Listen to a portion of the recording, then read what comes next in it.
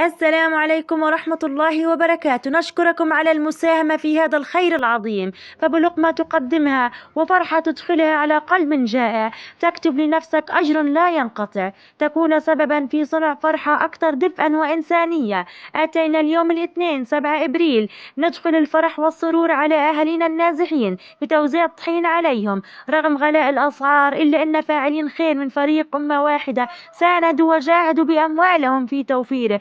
بارك الله فيهم وفي أموالهم وأطعمهم جميعا من ثمار الجنة، وجزاكم عن أهالي غزة خير الجزاء.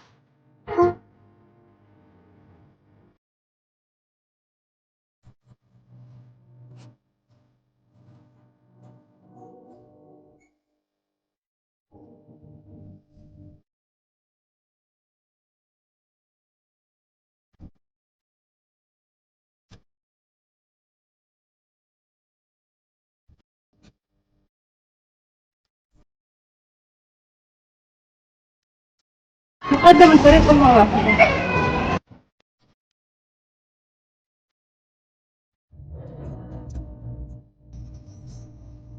شكرا لفريق أمة واحدة وجزاهم الله كل خير. شكرا لفريق أمة واحدة على هذا العطاء وبنشكرهم كثير الشكر.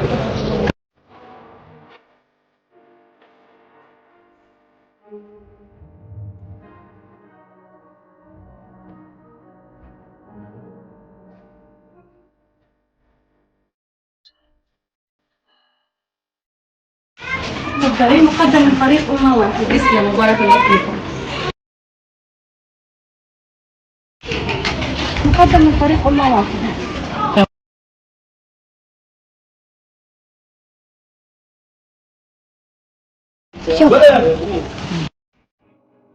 شكرا جزيلا وجزاكم الله كل خير.